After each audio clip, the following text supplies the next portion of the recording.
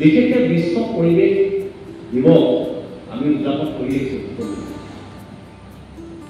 কিন্তু 1972 চনতে ছুইডেনত যিখন বিশ্ব সন্মিলন সভা অনুষ্ঠিত হৈছিল, তালৈ গোটেই বিশ্বৰ ৰাজনৈতিক ব্যক্তি, সমাজৰ বিশিষ্ট কৃষকসকলক তালৈ নিমন্ত্ৰণ জনাইছিলে। সেই সভাখন হৈছিলে 1972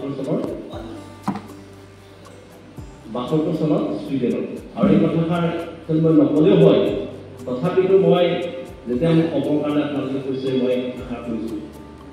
72 চনত যেতিয়া আইনখন গৃহীত হৈছিলে, কিন্তু তাৰ ঠিক পিছৰ বছৰ 73 চনৰ আজিৰ দিনটোতে 5 তাৰিখ জুনটোতে বিশ্বৰ প্ৰায়বিলাক দেশে কিন্তু মানি লোৱা নাছিল প্ৰথম অৱস্থাত যে বিশ্ব পৰিৱেশ দিৱসটো যে উদযাপন কৰিব লাগিব, পালন কৰিব লাগিব।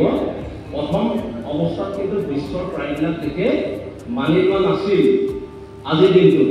কিন্তু পৰৱৰ্তী টাইমত লাহে লাহে গৈ গোটেই বিশ্বতে সৰহসংখ্যক দেশে কি কৰিলে আজিৰ দিনটোতে বিশ্ব পাৰিপাৰ্শ্বিকতা দিৱস হিচাপে পালন কৰি আহিছে।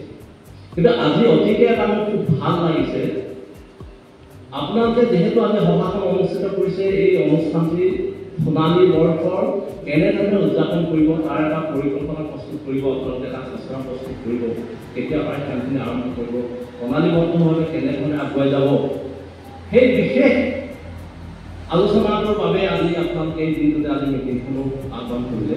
কিন্তু মই এটা কথা কিয় ভাল লাগিছে, আপোনালোকে যিহেতু সোণালী বৰ্ষ উদযাপন কৰিবৰ কাৰণে আগবাঢ়িছে, কিন্তু আপোনালোকে 1973 চনৰ পৰা হিচাপ কৰকচোন, আজিৰ দিনটো এই বছৰটোতে বিশ্ব পাৰিপাৰ্শ্বিক দিৱসৰ সোণালী বৰ্ষ। আজিৰ দিনটো, আজি বছৰটো বিশ্ব পৰিৱেশ দিৱসৰ আজি এই বছৰটো হৈছে সোণালী বৰ্ষ।